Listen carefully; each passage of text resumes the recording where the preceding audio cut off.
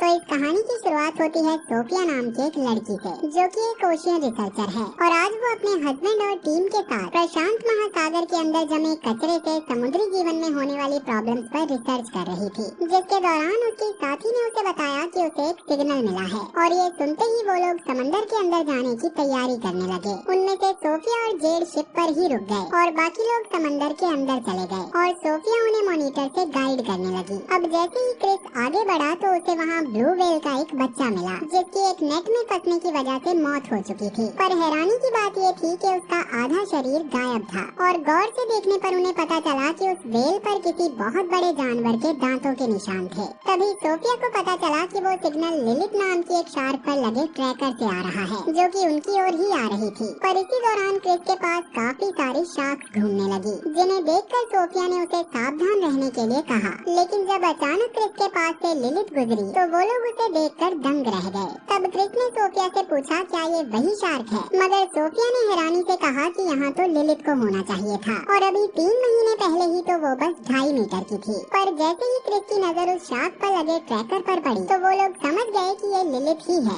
जो कि अब 10 मीटर लंबी हो चुकी थी। तब लिलित का साइज देखकर क्रिस ने सोचा कि उसे जल्दी से पानी से बाहर निकल जाना चाहिए। पर सोफिया उसे लिलित का सैंपल लेने के लिए कहने लगी, क्योंकि उसे जानना था कि ये इतनी जल्दी इतनी ज्यादा बड़ी कैसे हो गई। और जब क्रिस ने उसका सैंपल लेने के लिए उसे इंजेक्ट किया तो लिलित वहाँ से भाग गई। पर उन्हें जितना सैंपल चाहिए था उन्हें मिल चुका था, इसलिए क्रिस और उसकी टीम समंदर से बाहर आने लगे। पर तभी लिलित बहुत तेजी से उनकी ओर वापस आई और उन पर हमला करने लगी और उसने एक एक करके उन सबको मार डाला। तब ये सब देखकर सोफिया उन्हें बचाने के लिए जल्दी से पानी में कूदी। पर जब वो समंदर में थोड़ा अंदर गई तो उसे वहाँ क्रिस का कटा हुआ हाथ मिला, जिसे देखकर वो काफी ज्यादा डर गई और लिलित से बचने के लिए ऊपर बोट पर जाने लगी। लेकिन इससे पहले कि वो पानी से बाहर आ पाती तभी लिलित उसके सामने आकर उस पर हमला करने लगी। सोफिया ने खुद को उसके हमले से तो बचा लिया, लेकिन वो लिलित के साथ एक नेट में फंसकर समंदर की गहराई में जाने लगी, जहाँ पानी के बहुत ज्यादा प्रेशर की वजह से उसके कानों से खून आने लगा। पर फिर भी उसने जैसे तैसे करके खुद को संभाला और उस नेट को काटकर ऊपर आने में कामयाब हो गई।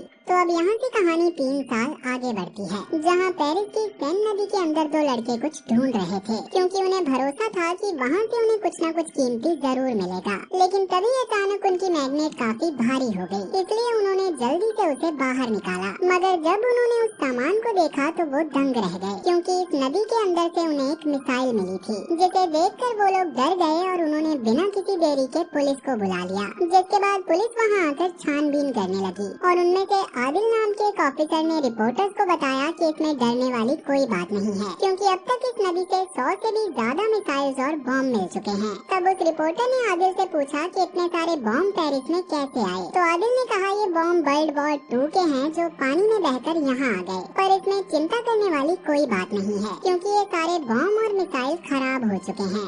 अब इसके बाद सीन शिफ्ट होता है सोफिया पर, जिसने शार्क पर रिसर्च करना छोड़ दिया था और अब वो बच्चों को समुद्री जीवन के बारे में जानकारी देती है।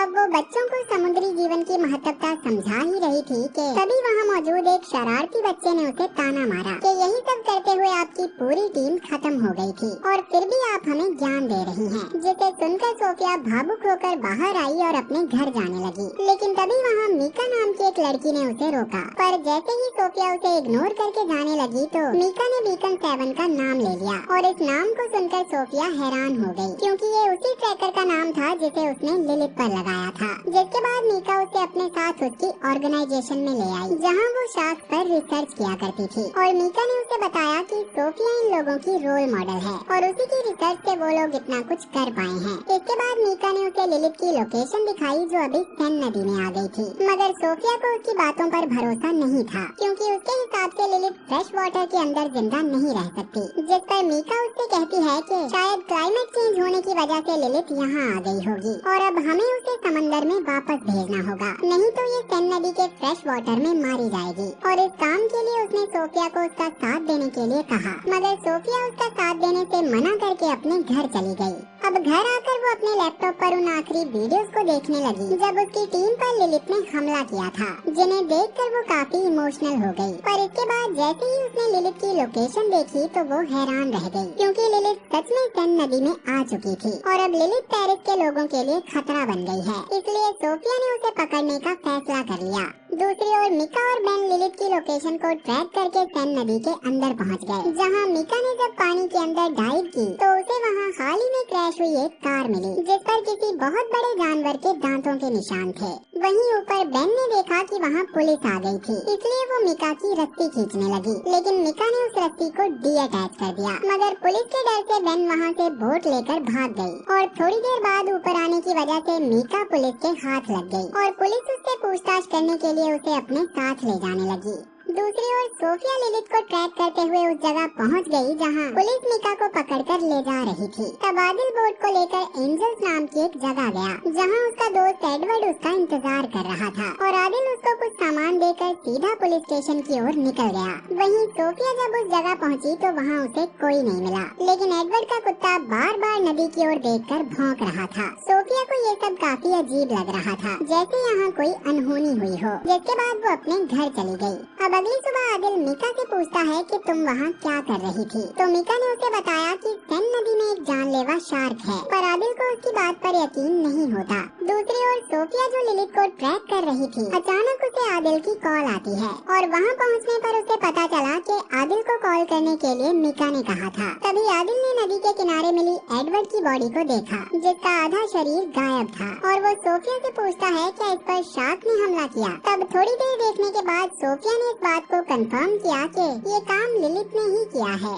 अब यहाँ से सीन शिफ्ट होता है आदिल के ऑफिस में, जहाँ आदिल ने मिका और सोफिया को पुलिस चीफ से मिलवाया। वहाँ सोफिया ने उन्हें बताया कि सेन नदी में एक खतरनाक शार्क है, लेकिन बाकियों की तरह पुलिस चीफ को भी उसकी बातों पर यकीन नहीं होता। उसे लगता है कि एडवर्ड की मौत बोट के ब्लेड्स में फंसने की वजह से हुई है और उसने आदिल को शार्क के होने का प्रूफ लाने के लिए कहा, जिसके बाद चीफ के ऑर्डर पर आदिल एक टीम बनाकर शार्क को कंफर्म करने के लिए जाने लगता है। आदिल सोफिया को भी अपने साथ ले चलता है क्योंकि उसके पास लिलिथ की लोकेशन थी, जिसके बाद वो उस लोकेशन की ओर बढ़ने लगते हैं और वहीं मिका भी उनका पीछा कर रही थी। उस लोकेशन पर पहुंचने के बाद आदिल ने अपनी टीम को नदी में उतार दिया और सोफिया और आदिल उन्हें ऊपर से गाइड करने लगे। दूसरी ओर मिका ने सोचा कि ये लोग लोगों की जान बचाने के लिए उस शार्क को पकड़कर मार देंगे, इसलिए उसने जल्दी से अपनी दोस्त बेन को कॉल करके ट्रैकर को डिस्कनेक्ट करने को कहा, जिस पर बेन का कहना था कि अगर उन्होंने ट्रैकर को डिस्कनेक्ट कर दिया तो उसे दोबारा कनेक्ट करना नामुमकिन होगा। लेकिन फिर भी मिका के बार बार कहने पर बेन ने उस ट्रैकर को डिस्कनेक्ट कर दिया और जब पुलिस की टीम उस लोकेशन पर पहुंची तो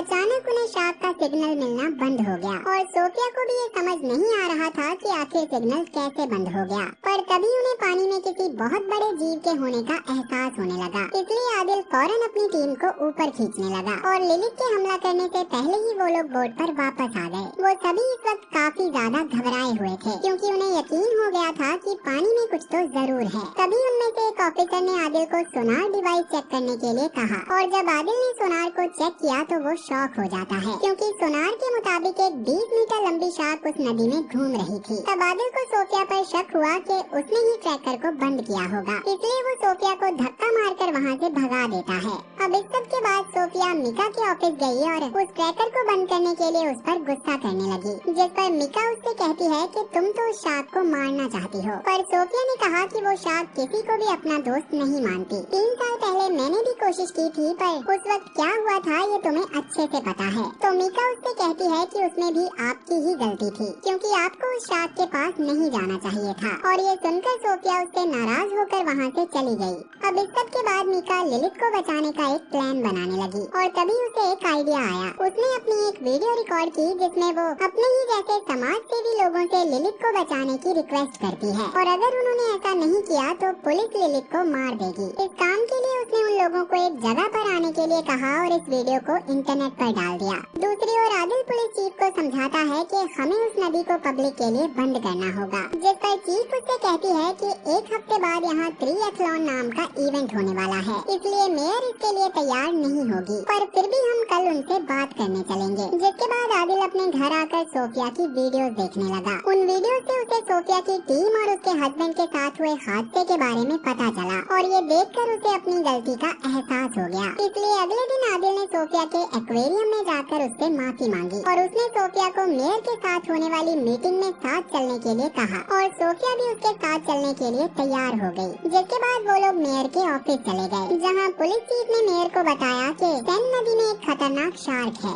लेकिन मेयर उसकी बात को ज्यादा सीरियस न लेते हुए कहती है कि कुछ ही दिनों में यहाँ ट्रिएथलॉन की चैंपियनशिप होगी और दुनिया भर से रिपोर्टर्स इस इवेंट को कवर करने आएंगे। इसमें हजारों से भी ज्यादा लोग हैं जिन्होंने इस इवेंट में हिस्सा लिया होगा, इसलिए मैं इस इवेंट को बिल्कुल नहीं रोकूंगी क्योंकि इस इवेंट का बजट बिलियंस में है। जिसके बाद वो उन्हें कुछ भी करके शार्क को सेन नदी से निकालने के लिए कहती है, जिसके लिए आदिल सोफिया से उसका प्लान पूछता है। तो सोफिया ने उसे बताया कि हम शार्क को ट्रैप करने के बाद उसे बेहोश करके यहाँ से निकालकर समंदर में छोड़ आएंगे। और ये सुनते ही सब लोग जल्दी से अपने अपने काम पर लग गए। इसी बीच उनसे मिलने बेन वहाँ आई, जो कि काफी घबराई हुई थी। उसने सबको बताया कि मीका पागल हो गई है। वो दूसरे समाज सेवियों के साथ मिलकर लिलित को सोनार की मदद से समंदर में भेजना चाहती है। इसके साथ ही वो बताती है कि उसने दोबारा से उस ट्रैकर को एक्टिवेट करवा लिया है, जिससे उन्हें शार्क की एग्जैक्ट लोकेशन का पता चल चुका है और वो सब लोग आज ही उस जगह पर जमा होने वाले हैं। उस जगह का नाम कैटाकॉम्ब था, जो पेरिस का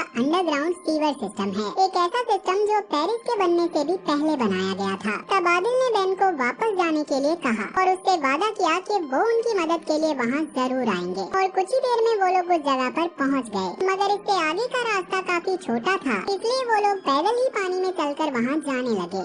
वहीं दूसरी ओर मीका बाकी समाज सेवियों के साथ पहले ही वहाँ पर पहुँच गई थी। जिसके बाद वो पानी में सोनार लेकर उतर गई। उसे उम्मीद थी कि सोनार की मदद से लिलित समंदर में वापस चली जाएगी। तभी आदिल वहाँ पहुँचकर सबको उस जगह से निकलने के लिए कहने लगा, जबकि मीका अब भी पानी में ही थी। तभी लिलित मीका के पास आई, जो अब पहले से बहुत ज्यादा बड़ी हो गई थी और उसे देखकर सब लोग डरने लगे। इसी दौरान लिलित का एक बच्चा मीका के पास आया और मीका उसे प्यार से छूने लगी, लेकिन सोफिया ने उसे ऐसा करने से मना किया क्योंकि लिलित इससे घबरा जाएगी। मगर मीका ने उसकी बात नहीं सुनी। तभी लिलित गुस्से में पानी के अंदर चली गई और ये देखकर आदिल मीका को बचाने के लिए खुद भी पानी के अंदर कूद गया। पर इससे पहले कि आदिल उसे बचा पाता, लिलित ने मीका पर हमला करके उसे मार दिया और ये देखकर डर के मारे लोगों में भगदड़ मच गई। भले ही पुलिस ऑफिसर कुछ लोगों की जान बचाने में कामयाब हो गए थे, पर फिर भी बहुत सारे लोगों के साथ कुछ ऑफिसर्स भी शार्क का शिकार बन गए और इसी बीच बेन को भी एक शार्क ने मार दिया। वहीं आदिल ने सिचुएशन को कंट्रोल करने के लिए शार्क पर फायरिंग करना शुरू कर दिया, जिससे शार्क वहाँ से भागने लगी। तब बाकी बचे लोगों को वो लोग हॉस्पिटल ले गए और वहाँ उनका इलाज करवाया गया। लेकिन इतने सारे लोगों को मरता हुआ देखकर सोफिया सदमे में चली गई थी। तब आदिल उसके पास आकर उसे समझाता है कि तुम्हारी इसमें कोई गलती नहीं थी, क्योंकि तुम तो उनकी मदद करना चाहती थी। इसी बीच उनके पास एक ऑफिसर आकर आदिल को कुछ बताता है, जिसे सुनकर वो लोग उस जगह वापस गए जहाँ उन्हें एक बेबी शार्क मिली, जो आदिल की फायरिंग की वजह से मर चुकी थी। जिसके बाद उस बेबी शार्क को वो लोग लैब लेकर आ गए, जहाँ सोफिया उस पर रिसर्च करने लगी, जिसमें उसे पता चला कि शार्क ने खुद को फ्रेश वाटर में रहने के काबिल बना लिया है। अब इसके बाद जब वो उसका पेट काटती है तो उसमें से कई सारे शार्क के बच्चे निकलते हैं, जिसे देखकर सोफिया दंग रह जाती है, क्योंकि ये शार्क बस 2 महीने की थी। इसके बाद सोफिया को पता चला कि शार्क पार्थेनोजेनेसिस तरीके से बच्चे पैदा कर रही हैं, जिसमें प्रोड्यूस के लिए इन्हें मेल पार्टनर की जरूरत नहीं पड़ती। सोफिया आदिल को बताती है कि लिलित शार्क की एक बिल्कुल नई नस्ल बन गई है और वो तेजी से अपनी तादाद को बढ़ा रही है और अगर हमने उसे खत्म नहीं किया तो वो एक दिन हम सबको मिटा देगी। और ये सुनकर आदिल शॉक हो जाता है। अब अगले सीन में सोफिया ने ये सारा किस्सा मेयर और प्रेसिडेंट को बताया और जल्दी से इस इवेंट को कैंसिल करने के लिए कहा, लेकिन मेयर ऐसा करने को तैयार नहीं हुई। वो उल्टा लोगों की मौत का जिम्मेदार सोफिया को बताने लगी और इस बात पर सोफिया भड़क गई और मेयर पर चिल्लाने लगी। तो गुस्से में मेयर ने उसे वहाँ से निकाल दिया। इसके बाद मेयर आदिल से कहती है कि अब सारा मामला आमी संभालेगी, इसलिए तुम्हें कुछ भी करने की कोई जरूरत नहीं है। पर इसके बावजूद आदिल और सोफिया ने एक प्लान बनाया। आदिल अपनी टीम से मदद मांगता है कि हमें अपने शहर को बचाने के लिए सभी शार्क्स को खत्म करना होगा, जिस पर उसकी टीम उसका साथ देने के लिए तैयार हो गई। पर उस इवेंट के शुरू होने में अब बस कुछ घंटे ही बचे थे। आदिल का प्लान ये था कि वो लोग कैटाकॉम्ब को बॉम्ब लगाकर उड़ा देंगे, जिससे वहाँ पर मौजूद सारी शार्क्स मारी जाएंगी, जिसके लिए आदिल अपनी टीम को 2 हिस्सों में बांट देता है। उनमें से एक टीम बॉम्ब लेकर अंदर जाएगी और दूसरी टीम बोट पर उनका इंतजार करेगी, क्योंकि उन बॉम्ब के एक्टिवेट होने के बाद उनके पास 3 मिनट का ही टाइम होगा। जिसके बाद वो लोग तैयार होकर इस मिशन के लिए निकल गए। दूसरी ओर वो प्रेजेंट भी अब शुरू होने वाला था और आर्मी ने वहाँ कमांड संभाल ली थी। तभी वहाँ मेयर आकर वहाँ मौजूद लोगों को मोटिवेट करने लगी और फिर मेयर के इशारे पर सभी लोग पानी में कूद पड़ते हैं। दूसरी ओर आदिल और उसकी टीम कैटाकॉम्ब पहुँच चुके थे, जहाँ लिलित ने अपना ब्रीडिंग प्लेस बनाया हुआ था। शार्क से बचने के लिए सोफिया के पास एक मशीन थी जिससे शार्क उनके पास नहीं आती। तब सोफिया को वहाँ कुछ अजीब लगता है क्योंकि लिलित वहाँ नहीं थी, पर इस बात को इग्नोर करके ये लोग दो जगह पर बॉम्ब लगा देते हैं और अब इनके पास बॉम्ब से बचने के लिए सिर्फ 3 मिनट ही थे। तभी एक ऑफिसर पर एक शार्क हमला कर देती है और बाकी शार्क्स ने भी मिलकर उसके टुकड़े कर दिए, जिसे देखकर बाकी के टीम मेंबर्स एक साथ जमा हो गए। उन शार्क्स को देखने के लिए जब आदिल ने फ्लेयर जलाई तो वो लोग उनकी तादाद देखकर हैरान रह गए क्योंकि शार्क्स की तादाद हजारों में थी। और एक दिक्कत वाली बात ये थी कि शार्क ने जिस ऑफिसर पर अटैक किया था, बॉम्ब का ट्रिगर डिवाइस उसी के पास था। तब एक ऑफिसर उस डिवाइस को उठाने के लिए आगे बढ़ता है और उसे उठाकर जल्दी से बटन दबा देता है, पर उसके वापस आने से पहले ही शार्क ने उस पर हमला करके उसके टुकड़े कर दिए। अब कुछ ही सेकंड में बॉम्ब फटने वाले थे तो सोफिया आदिल को पकड़कर वहाँ से निकालने लगी, जिसके दौरान वहाँ एक ब्लास्ट हो गया और आदिल काफी घायल हो गया। पर सोफिया किसी तरह आदिल को लेकर सेफली बाहर आ गई, जिसके बाद सोफिया आदिल को बोट पर चढ़ाकर खुद वापस चेक करने गई कि ब्लास्ट में कोई जिंदा बचा है या नहीं। मगर सोफिया जैसे ही वहाँ पहुँची तो उस जगह को चीरते हुए लिलित बाहर आ गई, जिसे देखकर सोफिया बहुत ज्यादा डर गई। लिलित अपने बच्चों की मौत की वजह से काफी गुस्से में थी, इसलिए लिलित ने टीम मेंबर्स की बोट पर हमला करके उसे पलट दिया। वहीं सोफिया उनकी मदद करने के लिए आगे बढ़ी, पर तब तक लिलित उन दो टीम मेंबर्स को अपना शिकार बना चुकी थी। पर सोफिया ने आदिल को लेकर पलटी हुई बोट पर आकर अपनी जान बचा ली, जिसके बाद लिलित सेफ्टी नेट को तोड़कर स्विमर्स की ओर बढ़ने लगी और उसने एक एक करके उन स्विमर्स पर हमला करना शुरू कर दिया। तब ये देखकर सभी स्विमर्स रुक गए क्योंकि उन्हें ये समझ नहीं आ रहा था कि यहाँ क्या चल रहा है। मगर तभी लिलित ने एक स्विमर पर हमला कर दिया, जिससे नदी का पानी लाल हो गया और ये सब देखकर बाकी लोग डर गए और वहाँ भगदड़ मच गई। तब सिचुएशन को देखकर आर्मी कमांडर फौरन वहाँ पहुँचा और लिलित पर गोलियां बरसाने लगा। मगर ये देखकर आदिल उन्हें फायरिंग करने से मना करता है क्योंकि उस नदी में पड़े वर्ल्ड वॉर 2 के काफी सारे बॉम्ब और मिसाइल्स अब भी एक्टिव थे। लेकिन आर्मी कमांडर ने उसकी एक नहीं सुनी और वो लगातार लिलित पर फायरिंग करता रहा, जिससे लिलित वहाँ से भाग गई। इसी बीच गोली लगने की वजह से बॉम्ब शेल ऊपर उठ जाते हैं और एक शेल वापस नीचे आकर एक्टिव होकर फट जाता है, जिससे सब लोग काफी डर गए और उस ब्लास्ट की वजह से बाकी बॉम्ब्स भी ब्लास्ट होना शुरू हो गए थे। इन धमाकों की वजह से नदी में सुनामी आ गई और सब लोग इसकी चपेट में आ गए और देखते ही देखते पूरा पेरिस पानी में डूब गया, जिसके कुछ घंटों के बाद सोफिया को आदिल बहुत बुरी हालत में मिला तो वो उसे लेकर एक बिल्डिंग के टॉप पर आ गई, जहाँ आदिल को अब होश आ गया था। और तभी वो लोग देखते हैं कि उनके पास हजारों बेबी शार्क्स घूम रही थी और वहीं उन्हें लिलित भी दिखाई दी, जिससे सोफिया और आदिल समझ जाते हैं कि उसने और भी कई जगहों को अपना ब्रीडिंग प्लेस बनाया हुआ था। इस वक्त पूरा पेरिस पानी में डूबा हुआ था और पानी में शार्क्स घूम रही थी और इसी मिस्ट्री के साथ ये कहानी यहीं पर खत्म हो जाती है। तो वीडियो पसंद आई हो तो वीडियो को लाइक जरूर करना और अगर आपको ऐसी कहानियाँ पसंद हैं तो जल्दी से इस चैनल को सब्सक्राइब कर लो और मैं अब आपसे मिलूंगा ऐसी ही एक और इंटरेस्टिंग वीडियो के साथ। और तब तक के लिए tata bye bye, Radhe Radhe.